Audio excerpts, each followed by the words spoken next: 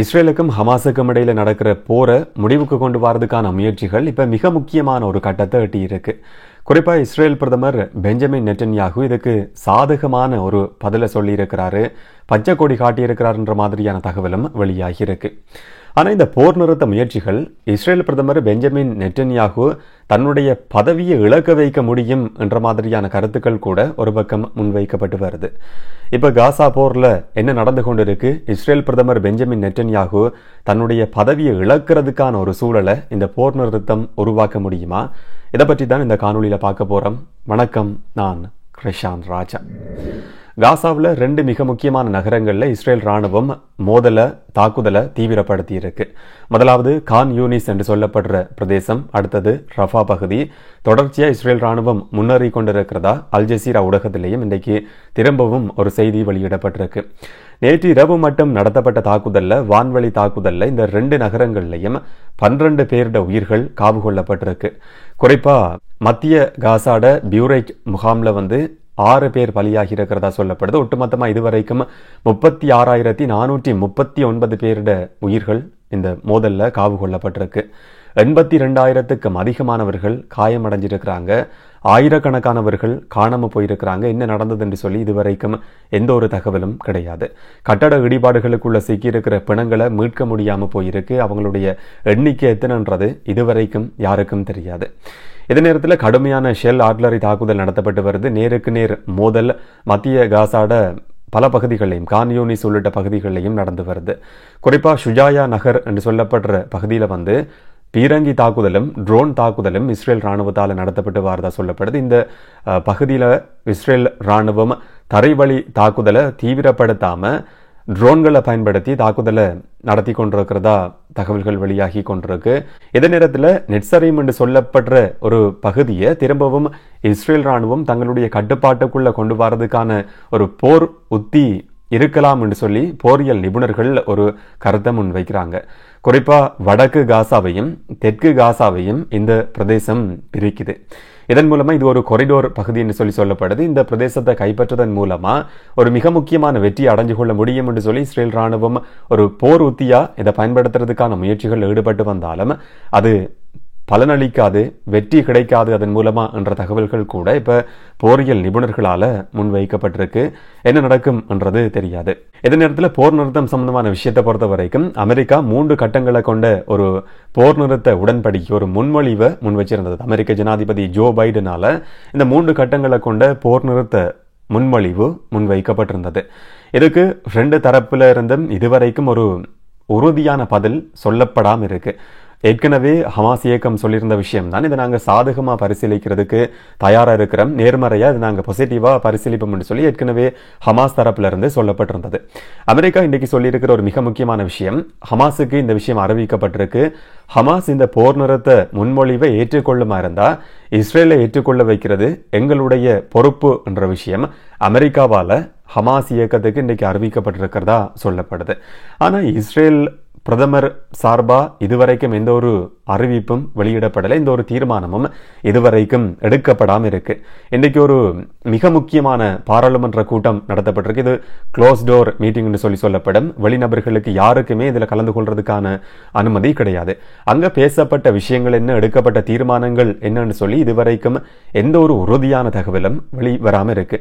ஆனா கடுமையான அழுத்தம் இஸ்ரேல் பிரதமர் பெஞ்சமின் நெட்டன்யாகுவுக்கு இந்த சந்திப்பில், இந்த கலந்துரையாடல்ல விடுக்கப்பட்டிருக்கலாம் என்று சொல்லியும் சில தகவல்கள் இஸ்ரேல் ஊடகங்கள்ல வெளியாகி இருக்கு.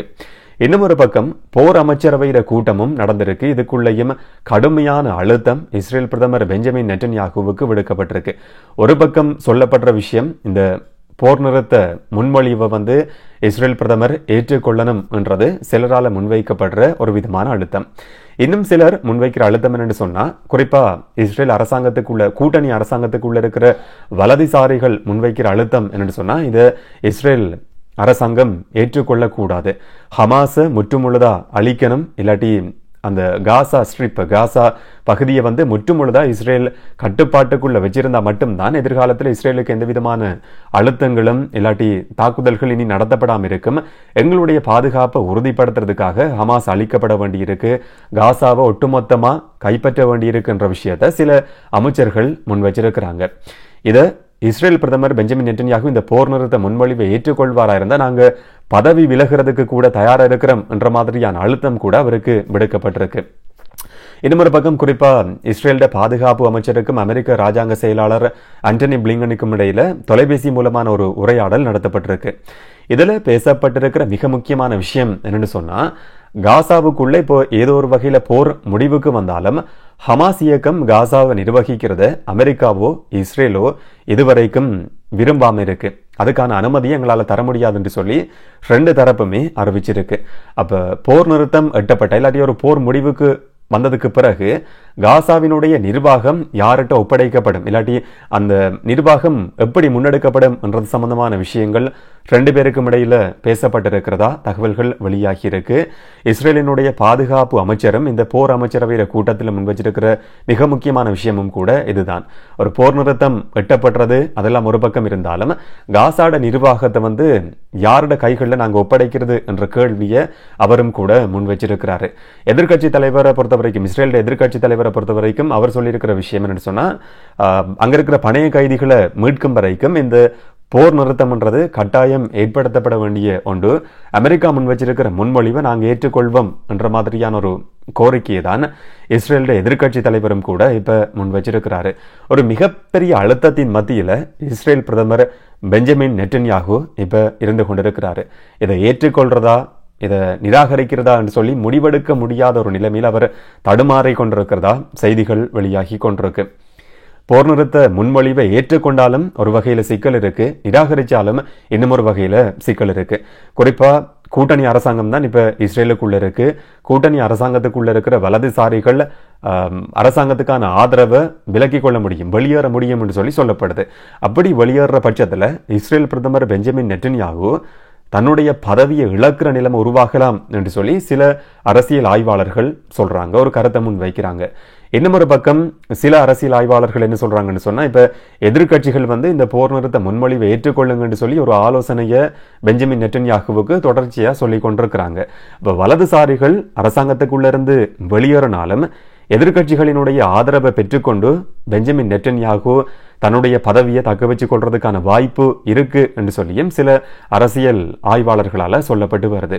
ஆனா எதிர்கட்சிகளை பொறுத்த வரைக்கும் தற்காலிகமான ஒரு ஆதரவை கொடுத்து அவருடைய பதவியை காப்பாற்றலாம் கூட அது பெஞ்சமின் நெட்டன்யாகு தன்னுடைய பதவியை நீண்ட காலத்துக்கு தக்க வச்சு கொள்றதுக்கான ஒரு சூழலை கடைசி வரைக்கும் ஏற்படுத்த போறது கிடையாது. எப்படியா இருந்தாலும் எதிர்கட்சிகளோட நோக்கம் இல்லாம ஆட்சியை கவிழ்க்கிறதா தான் இருக்க முடியும்.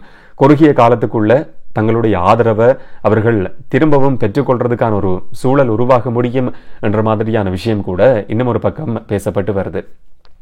சர்வதேச அளவுல பார்க்கிற நேரத்துல கடுமையான அழுத்தம் விடுக்கப்பட்டு வருது. அமெரிக்காவுக்கு இருந்தாலும் சரி, இஸ்ரேலுக்கு இருந்தாலும் சரி. இன்றைக்கும் கூட ஈரான் சுப்ரீம் லீடர் அதிவியர் தலைவர் ஆயத்துல்லா அல் கமேனி கடுமையான தொனியில இஸ்ரேலுக்கு அமெரிக்கா கொடுக்கிற நிபந்தனையற்ற ஆதரவையும் விமர்சிச்சிருக்கிறாரு.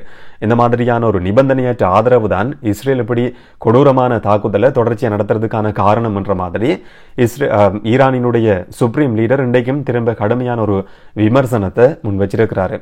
இதே நேரம் மால்டீவ்ஸ் மாலைதீவும் நேற்று மிக முக்கியமான ஒரு தீர்மானத்தை எடுத்திருந்தது. கடுமையான ஒரு தாக்குதலை காசாவுக்குள்ள இஸ்ரேல் நடத்தி கொண்டிருக்கு. இனி இஸ்ரேல் பிரஜைகள் சுற்றுலா பயணிகளாகவோ வேற எந்த தேவைக்காகவோ மாலைதீவுக்குள்ள நுழைய முடியாது, தடை விதிக்கிறதுக்கு நாங்கள் எதிர்பார்க்கிறோம் என்ற மாதிரியான ஒரு அறிவிப்பு நேற்று மாலைதீவுல இருந்து வெளியாகி இருந்தது. அதுக்கான சட்ட திருத்தங்களை மேற்கொள்றதுக்கான முயற்சிகள் எடுக்கப்பட்டிருக்கு, தீர்மானங்கள் அமைச்சரவையால் எடுக்கப்பட்டிருக்கின்ற மாதிரியான செய்திகள் கூட நேற்று வெளியாகி இருந்தது. ஆனா இஸ்ரேல் இதை பெருசா கவனத்தில் கொள்ற மாதிரி கிடையாது. இஸ்ரேல் தங்களோட நாட்டு பிரஜைகளுக்கு சொல்லியிருக்கு, இனி மாலத்தீவுக்கு யாரும் போக வேணாம், அங்க இருக்கிற இஸ்ரேல் பிரஜைகள் உடனடியாக அங்கிருந்து வெளியேறுங்கன்ற மாதிரியான ஒரு ஆலோசனையை தங்களுடைய பிரஜைகளுக்கு இஸ்ரேல் அரசாங்கம் வெளியிட்டிருக்கு. இது பெரிய ஒரு தாக்கத்தை ஏற்படுத்த போறது கிடையாது. ஆனா இன்னும் ரெண்டு மிக முக்கியமான விஷயங்கள் இருக்கு பூகோள அரசியல் மாற்றம் என்றது. குறிப்பா பாராளுமன்றம், யூகேனுடைய பாராளுமன்றம் இந்த மே மாதம் கலைக்கப்பட்டிருக்கு. மே மாதம் கடைசியில கலைக்கப்பட்டிருந்தது. ஜூலை 4ஆம் தேதி பாராளுமன்ற தேர்தல் நடத்தப்பட இருக்கு. இப்ப இருக்கிற கருத்து கணிப்புகளின் அடிப்படையில் லேபர் கட்சி தொழிற்கட்சி தான் ஆட்சிக்கு வரலாம் என்று சொல்லி எதிர்பார்க்கப்படுது. கடைசியாக நடந்த உள்ளூராட்சி மன்ற தேர்தலையும் ரிஷி சுனக்கிட கட்சி பெரும் பின்னடைவை சந்திச்சிருக்கு. திரும்ப லேபர் கட்சி தொழிற்கட்சி ஆட்சிக்கு வரலாம் என்று சொல்லி எதிர்பார்க்கப்படுது. இப்ப லேபர் கட்சியோட தலைவர் மிக முக்கியமான ஒரு அறிவிப்பை இந்த போர் சம்பந்தமா இன்றைக்கு வெளியிட்டிருக்கிறாரு. நாங்க ஆட்சிக்கு வந்ததுக்கு பிறகு நாங்க ஆட்சிக்கு வருவோமா இருந்தா இஸ்ரேலுக்கான யூகேட ஆயுத விநியோகம் சம்பந்தமான கொள்கைகள் மீள் பரிசீலனைக்கு உட்படுத்தப்படும் என்ற மாதிரியான ஒரு கருத்து அவரால் முன்வைக்கப்பட்டிருக்கிறதும் மிக முக்கியமான ஒரு விஷயம். இங்க நடக்கிற யூகேல நடக்கிற ஆட்சி மாற்றம் என்றதும் இந்த போர்ல தாக்கம் செலுத்துறதுக்கான வாய்ப்பை கட்டாயம் உருவாக்கலாம். அதே நேரம் அமெரிக்காவோட ஜனாதிபதி தேர்தலும் நவம்பர் மாதம் 5ஆம் தேதி நடத்தப்பட இருக்கு.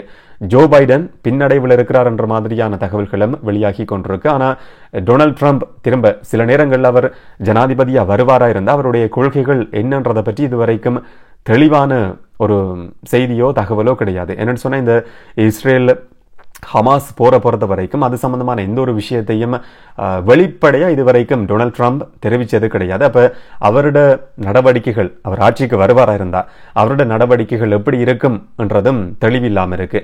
ஆனா இஸ்ரேல் பிரதமர் பெஞ்சமின் நெட்டன்யாகுவை சில சந்தர்ப்பங்கள்ல டொனால்ட் ட்ரம்ப் விமர்சிச்சிருக்கிறார்ன்றதும் மிக முக்கியமா கவனிக்கப்பட வேண்டிய ஞாபகப்படுத்தப்பட வேண்டிய ஒரு விஷயம். எப்படி நடக்கிற இந்த 2 நாடுகளோட தேர்தல்களும் ஹமாஸ் இஸ்ரேல் போர்ல தாக்கம் செலுத்துறதுக்கான வாய்ப்பை சில நேரங்களில் உருவாக்கலாம். என்ன நடக்கும் என்றதை நம்ம பொறுத்திருந்து பார்ப்போம். இதை பற்றி நீங்க என்ன நினைக்கிறீங்கன்றதை கமெண்ட்ல பதிவு செய்யுங்க. இன்னும் ஒரு காணொலியில இன்னும் ஒரு தகவலோட சந்திக்கலாம். வணக்கம்.